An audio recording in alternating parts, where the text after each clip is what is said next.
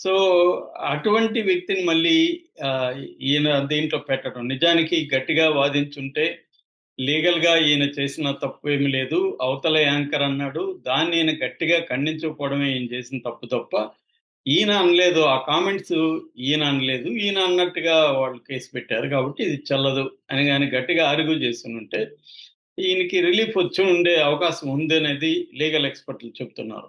కానీ ఇతను ఎక్కువ సేపు మాట్లాడతాడు గానీ, జడ్జిలకి తలనొప్పిగాను, జడ్జిలకి ఇరిటేటింగ్‌గాను మాట్లాడతాడు. నిన్న గూడా అదే జరిగింది.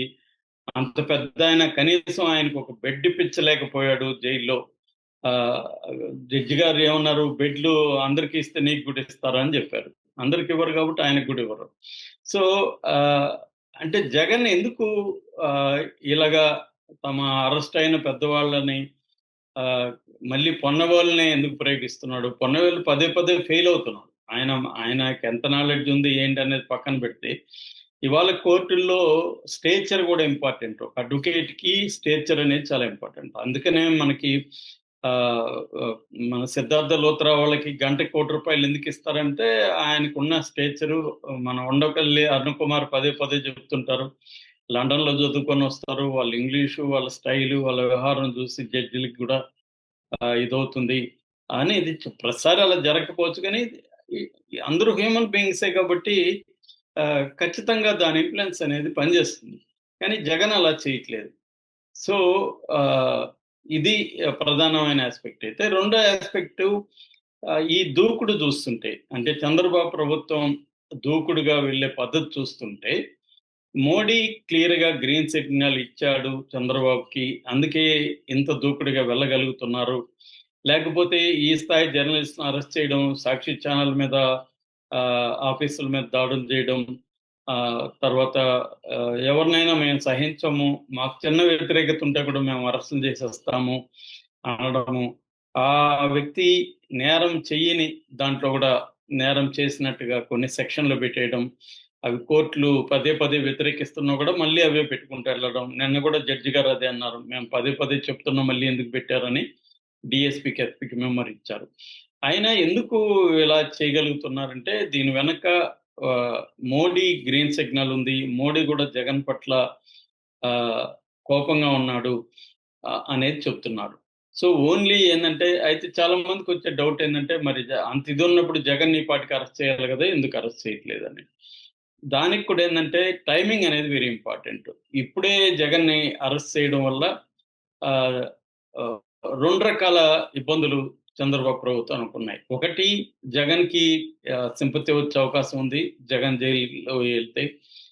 2 ప్రతిపక్షం అనేది ఎప్పుడూ ఉండాలి. ఎంతో కొంత ఉండాలి. ప్రతిపక్షం లేకపోతే డైవర్షన్ పాలిటిక్స్ ఆడలేరు ఎవరు గూడా. సో, డైవర్షన్ పాలిటిక్స్ ఆడాలంటే ప్రతిపక్షం అనేది ఎంతో కొంత ఉండాలి. ఆ ప్రతిపక్షాన్ని ఇబ్బంది పెడుతుండాలి. ఏదో ఒక గొడవ జరుగుతుండాలి. మనం గాని ఆహ్, ప్రపంచ చరిత్రలో చూస్తే గూడా అమెరికా కోల్డ్ వార్ తర్వాత అంటే కోల్డ్ వార్ అంతమైన తర్వాత అంటే రష్యా, యూఎస్ఎస్ఆర్ కూలిపోయిన తర్వాత వాళ్ళకొక ఎనిమీ లేకుండా పోయాడు. అప్పుడు వాళ్ళేం జేశారంటే ముస్లిం సమాజాన్ని, ముస్లిం అరబ్ కంట్రీస్‌ని ఎనిమీస్‌గా క్రియేట్ చేసుకోగలిగారు. అమెరికా గూడా. అందుకని creating the enemy is very important అని హంటింగ్టన్ లాంటి పొలిటికల్ సైంటిస్ట్‌లు గూడా రాశారనమాట.